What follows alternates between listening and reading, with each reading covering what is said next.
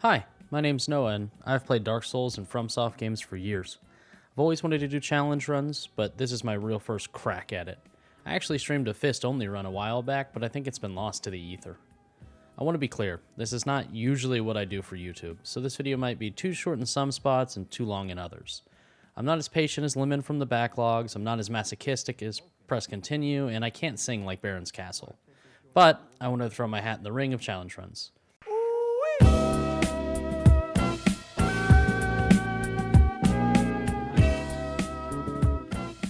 For character creation, I picked a ranger because that's the only option that starts with a bow. I also worked to create a total monstrosity of a man because what else do you do in Dark Souls? Like any run, I start in the Undead Asylum, I walk past the tutorial messages I haven't needed since 2011, I light the first bonfire in case I die like an ass, and I make a promise to Oscar without paying attention to what he's asking. The first annoying thing happens right here. After grabbing my bow, I need to get to the fog gate, but these hollows do a great job of getting in the way, and since I'm risking a soft lock if I waste arrows, my only choice is to get around them and not through them. I thought I might be able to use the door to get to the Asylum Demon, but it's unlocked until you fight him for the first time. The best strategy I've found is to bait attacks from the two until they line up vertically. This way when they come to chase you, they'll end up one after another. A regular shot from the bow does 52 damage, and the Asylum Demon only has 825 health. This means that it'll only take 16 shots to kill him. If you end up getting instability damage on him, you can use fewer arrows. This means, at best, you have 2 attempts before you softlock your game. My strategy consisted of rolling away as soon as he attacked and using his cooldown to get a shot or two in. He's a simple boss, so he should be fairly easy to be first tried. While I head to Firelink and gather some resources, let's talk about the rules for this run. Bows are my only source of damage in this run. Shields are allowed, but I can't use them to gain an advantage over boss. This means I won't be parrying Gwyn as much as I wanted to by the end. Glitches and cheese are allowed within reason. This will come up later when I use the soul duplication glitch for ammo in early levels, so I'll explain more then. I just have to get to the end credits. While doing all the bosses and DLC is a standard for challenge runs, I don't have the time to go through every nook and cranny. This means no DLC and bosses like Gaping Dragon aren't needed since I use the alternative route for Blighttown. Last rule, I can't summon anyone. Whether it be friends or NPCs, they aren't allowed. The run to Undead Burg is more annoying than anything since my options for taking care of the hollows are limited until I can get to the Undead Merchant for arrows. Therefore, a lot of the early game is spent running past enemies. It's boring, but with 14 arrows left in total, I don't have many options. As with most run-throughs, actually resting at a bonfire can be a challenge, but usually kiting the enemies around fixes it. So here we have the Undead Merchant. He sells the 3 arrow types in the game, and they all have their benefits. Wooden arrows are super cheap, but they don't have anywhere enough damage for most situations. Standard arrows offer more damage, but cost around 3 times as much. Large arrows do quite a bit of damage, especially when paired with a quality bow, but they are very expensive. 50 souls per shot is way too much when missing happens way more than you think. I won't be using anything except wooden arrows until I get the souls I need to buy better ones en masse. My plan following my arrow purchase was to take down the Taurus Demon so that I could get infinite souls through the Red Kite farm, so that was my first stop. I actually found it funny how easy it was to clear some early obstacles by using the bow. While it shouldn't be a new player's main weapon, it's worth using situationally. Here's another problem causer in this run: shield enemies. Early on, I just pelted them with arrows, but later you'll see I'll start waiting for opportunities as I get the draw time down. The rest of the enemies in Undead Burg are simple to get past, but just really annoying when there's more than 2. If you decide to do a run like this, it's going to be frustrating. That being said, a little patience will go a long way. I really don't know what happened here, but I guess I took the easy way out and ended up trapped. Don't be like me. Stay on the designated path. Now that we're here, I want to come clean. I didn't actually fight the Taurus Demon. I did make it to his boss room, but I really didn't want to deal with him when I didn't have to. I'm showing you this attempt, but I didn't come back for another one. 30 damage from my cheap arrows and my lack of practice really made this fight frustrating, so I decided to go the long way past all of this. If you didn't notice during character creation, I grabbed the Master Key. If you're new to the game, this means nothing, but if you've played Dark Souls as long as many challenge runners, you'll know that this is vital in getting past some annoying areas and fights. The first time I use it is to get past Havel. Say hi, Havel. I continue on to one of the longest runs through the game, from Darkroot Basin all the way up to Andre and the Undead Parish. I also pick up my gear from a past life and kill one of the few crystal lizards I aim for this whole run. Then, I die, and it really rubbed me the wrong way since I was so close. Say hi to Havel again. What the fuck, Havel? Not this time, you son of a bitch. Anyway, I light the bonfire down here just in case I have another mishap. Then I see if it's worth trying to kill the Black Knight. It's not. Now, I'm in the best place I've been all run because I have access to Andre, and we'll be seeing him a lot since he upgrades the bows and sells arrows. Like I said before, patience is key in the run, and an area like this is proof of it. In order to even get to the gargoyles, I need to get through a ton of hollow enemies, and some of them really like to be pains. My best advice is to find and bait out punishable attacks. You can see me doing it here. I don't want to just shoot the knight because the bow animation locks me in for so long and leads to deaths like this. Let's try that again. Walk into him, bait the attack, shoot, and roll to avoid any follow-up. Then I take out the channeler because he'll only make this area harder and he doesn't respond. He's also really easy to stun lock with headshots. Finally, I'm going to upgrade my bow with Andre's help and then buy more arrows to take on the gargoyles. I tried a couple different things after this, but in truth, I wanted to make these early bosses a little or a lot easier with some extra souls, so I decided to backtrack to get the soul farm open. While I work towards that, I want to clarify my rule about glitches from before. Once you connect the bridge soul farm to the bonfire in Undead Burg, you really do have access to unlimited souls. This means with an infinite amount of time, anything is possible. That being said, since souls are now immaterial, I'm going to take advantage of a glitch to duplicate the souls. This will allow me to upgrade my bows to +5 and level up as much as I want. I know it's cheesy, but the only difference between what I did and the other option is time. Performing this glitch is actually really easy on PC. So first you find an item you have a lot of, wooden arrows for instance. Then you select them and start to drop them. Then you scroll to the highest amount and back out before actually dropping them. Then you go over to the settings menu and hover over Quick Game. Then with your mouse, you click the inventory screen while pressing A on your controller. This will move you to the inventory while putting the quick game screen up. All you have to do now is scroll down to the souls, hit use, and then select the number of arrows you went to drop. It'll definitely take a few times to get this down, but it got easier the more I did it. Just to clarify, this is only something I'll be doing in DS1. I would love to do a bow-only run in DS2, 3, and Elden Ring, and those games don't have a similar glitch as far as I know, so those runs will be more legit. Now that I'm as geared and as leveled as I want to be, here's what the final run looks like. Run from the bonfire toward the church and take out the gank squad blocking the way. Slowly but surely kill the Balder Knight, run past all the hollows blocking the way, and then speed through in case I missed any of them. I did go ahead and get Lautrec taken care of since the Fap Ring is a good early one to grab. Now for the gargoyles. Fuck these guys. They are pretty mobile, all things considered, and they really don't like giving you an opportunity to shoot. That being said, their constant movement means getting instability damage is easy. The best thing to do is to bait out attacks from both and use the opportunity to whittle one down. In total, I died half a dozen times running up to or fighting this boss. It was frustrating since I hadn't figured out a strategy yet, but honestly, it's not that bad, all things considered. I then ring my first bell of the run. I actually skipped the cutscene because I'm used to doing it when I play regularly, but I realized that this stops you all from seeing his glorious face, so I'll try to break that habit going forward. Next up, I wanted to take on the Moonlight Butterfly because that gets you the Divine Ember, and I wanted every damage type at my disposal for this run. I also started using the longbow over the short bow, which you probably noticed in my gargoyle footage. It has a slower draw time, but it kicks out so much more damage that it was the favorable option in most situations. The run up to Moonlight Butterfly is pretty uneventful, but there's one enemy that gave me some trouble, the Stone Knights.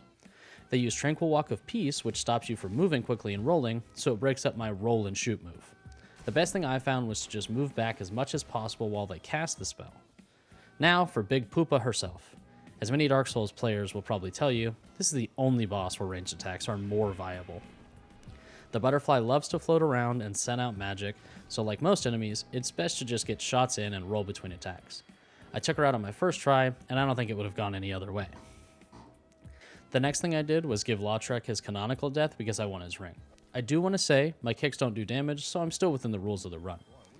With all my levels and upgraded gear, there's really no reason not to just head for Quelaag, so that's what I ended up doing. Like I said earlier, I took the Master Key, so now I'm able to do the less painful run through Blighttown. All this really does is make it harder for me to get something like Power Within and the Firekeeper Soul up top. Since Mildred is naked, she's actually a pretty easy fight, so I took her down first try. Speaking of easy fights, remember when I said I wasn't going to skip cutscenes? You're welcome. Quelaag is unique in that she can be stun locked with the use of a bow by shooting the human part of her. This is easier said than done, and I did my best to make use of it. I aim for her head as much as possible, but as you'll see, it's easy to miss the closer she gets. This is probably a great place to use the short bow instead of the long bow, but I didn't think of that until after the fact. Another first try boss, but this one actually excited me since I didn't expect her to be this easy. After ringing the bell, I decided to go ahead and get the shortcut to Izalith open. I used the duplication glitch here for the humanity, and while I could make a claim about farming rats for humanity, the truth is, I didn't want to take the time to do it. Not a necessary glitch, but one that I used for my sanity. While I was already down here, I decided to go ahead and take care of Ceaseless Discharge. It's super easy, but considering he's a gimmick boss, I didn't feel like waiting was necessary. You can actually head down to Demon Ruins now for a little fun, and you could probably suicide run for the Chaos Ember, but I did not like the look of all the demons, so I skipped it. I also spent a lot of time Googling after this because I truly thought you could kill the Centipede Demon early by shooting it on the wall. I even looked into getting a copy of the Prepare to Die edition, but then I saw the price on G2A, and I decided I made that up in my head canon. Anyway, off to Sen's Fortress. This has been, and always will be, my least favorite area in the game. Like I said earlier, I don't have the patience of runners like Lemon, so I try to get through this area as fast as possible.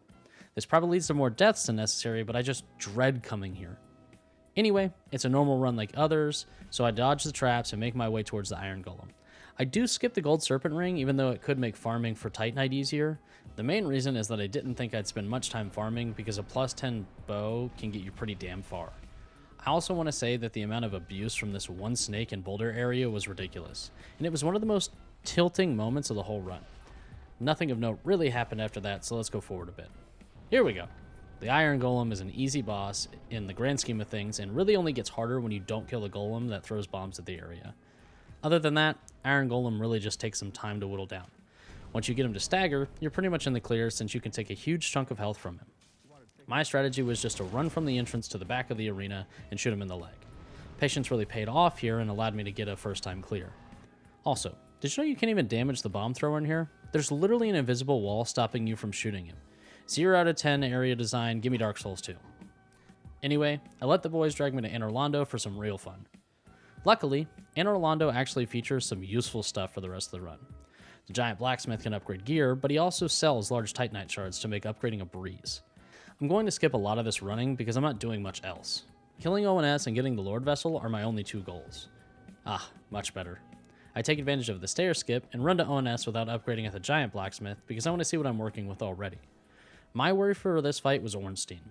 As most people know, he moves quickly and loves to run at you from across the arena. I do, however, focus on Smo first. Partially, it's because I find Super Ornstein to actually be super easy, and partially because when I was younger, I actually went for Super Ornstein to ensure I got his armor. This probably made the fight harder in the end, and I didn't end up getting the armor, so it was really a waste. Surprisingly, though, this was a first time clear for me. This really excited me because it meant I would be able to warp around and avoid so much running. Another thing I did here but didn't follow through on was killing Guinevere. I did this thinking that it might be useful to get Gwendolyn's bow later down the line by killing him and using his soul on a bow. Unfortunately, I never followed through on this. While writing this, I also noticed that I never pointed out when I got the Black Bow of Ferris. It's found in the forest area leading up to Sif, but I guess I skipped over it or didn't record it. It's a longbow, but it does more damage and offers more range. Essentially, if you're going to use a longbow, the Black Bow of Ferris actually is the better choice. Now that I've killed everyone's favorite NPC to ogle, I'm in the endgame. I purchased some large Titanite shards from the blacksmith and then head towards Capra Demon so that I can get into the depths for the large ember and therefore plus 10. I knew Capra Demon was going to be a hurdle from the start, so I really did put him off as long as I could. The strategy for him is the same as it always is, but it's more complicated with the bow.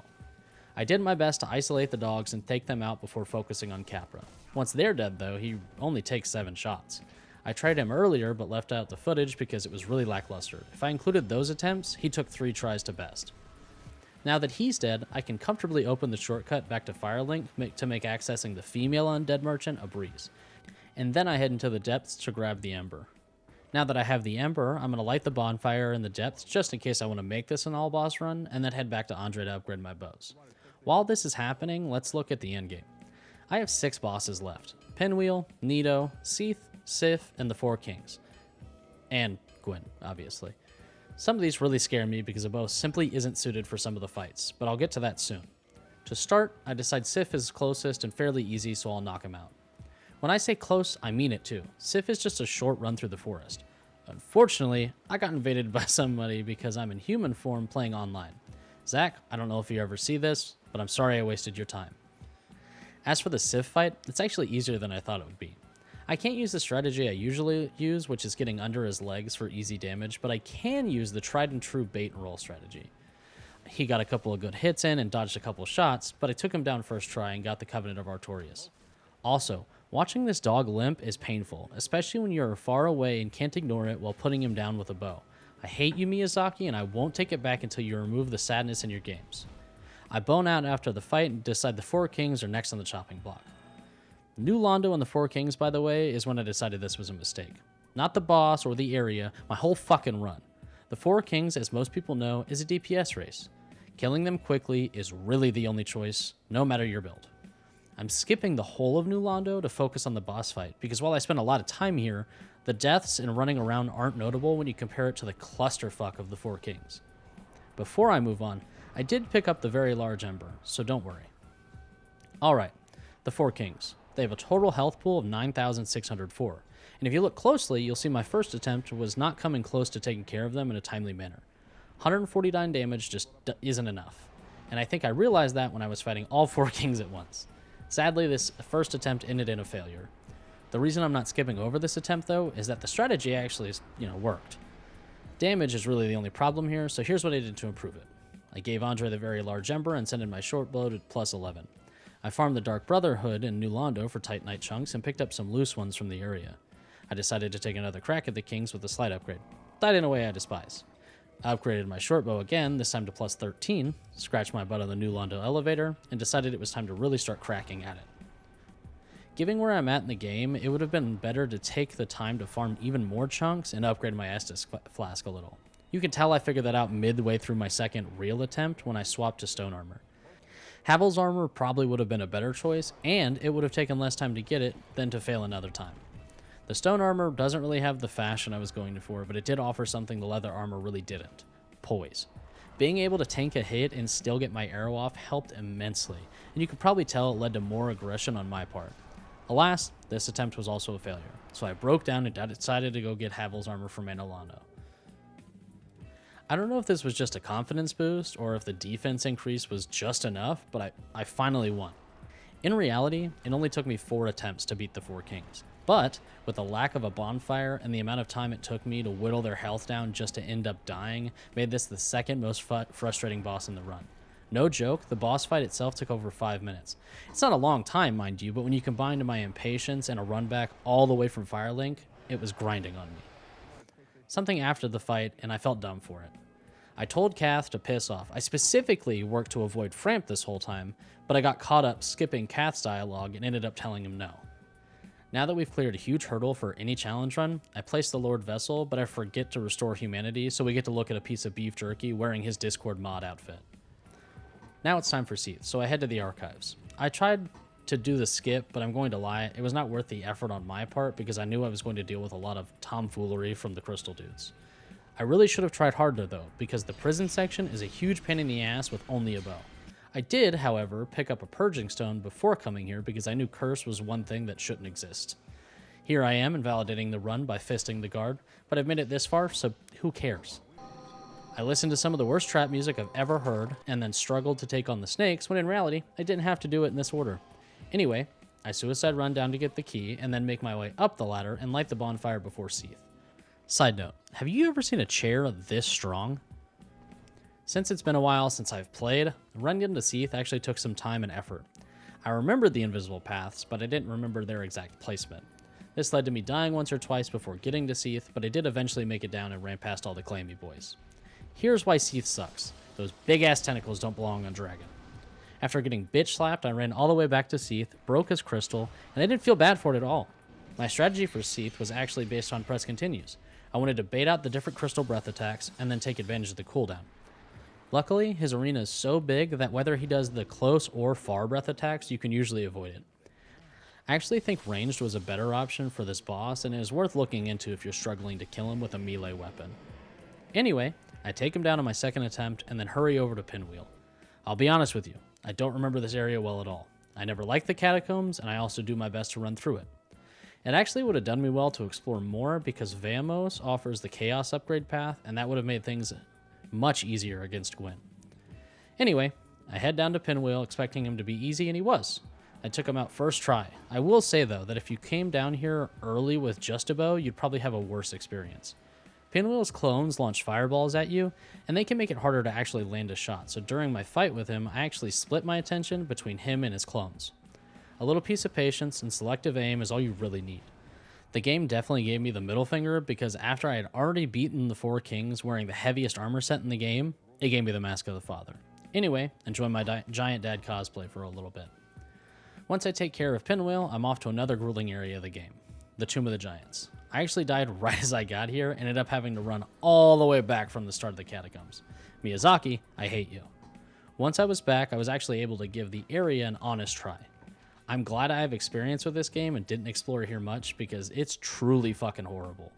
Even when I knew I was getting close to where I needed to be, I doubted myself. My best advice is to slowly, or at least as slowly as the giant skeletons allow, follow the right-hand path. To me, at least, it feels like the most direct path to Nito. With a little luck and a whole lot of running around, you'll make it to one of the coolest bosses in the game. He's easy at this point, and I took him down first try. The best strategy here is to ignore the small skeletons and stay back to avoid alerting the big boys. Nito does a great job keeping them off of you, so they're little more than nuisances. In general, roll away from his attacks and take pot shots. Something I learned from Press Continue and wanted to remind you of. Nito's sword attack is really easy to dodge if you roll right when his sword is about to plunge. Finally, I have the souls I need. Oh, wait. I have to fight the best boss in the game. Bed of Chaos. I cannot tell you how frustrated I was to realize I had forgotten to take care of her. Luckily, I paid for the shortcut all the way back after Quelaag, and I had already taken care of Ceaseless. This meant all I had to do was sprint from Daughter of Chaos Bonfire to the boss room. Once I got there, I knew the fight was going to suck because Dark Souls is not a platformer, but Bed of Chaos is a platforming boss. Luckily, the bow makes no difference here. Take care of the boss fight like normal, and you'll be able to move on to the end of the game in no time. By the way, this took me fewer attempts than the 4 kings, which bothers me because I would have felt more cheated by the game had I died a bunch to this dumbass boss fight. So now finally, I'm off to fight Gwyn. And let me tell you, this piece of shit really likes to make things harder on me. Remember that rule I listed all the way at the beginning? I can't parry any bosses? This means I have to use spacing and timing to kill the Lord of Cinder. This was torturous. Gwyn is a fast boss under the best of circumstances, but when you can't put him on his ass with a parry, he makes things 10 times worse. A lot of the time, it's because I got caught up healing, and when I thought I had him stuck behind crap in his area, he hit me. I did come in a little cocky during my first attempt, since so many other bosses were easy to take care of. My first few attempts were riddled with the same issue. I'd get good damage in, and then inevitably need to heal, and once you start healing, Gwyn is going to punish you for it. I tried everything. Getting close, staying far, using a faster bow, using a bow that does more damage, wearing light armor for the rolls, wearing Havels for the defense, but in the end, only one thing really worked. Upgrading my shit. I went to the asylum to get a slab from killing the stray demon. He, by the way, loves to absolutely clobber you. For some reason, I struggled with him more than I struggled with the asylum demon. Then, like an idiot, I fed the slab to Frampt.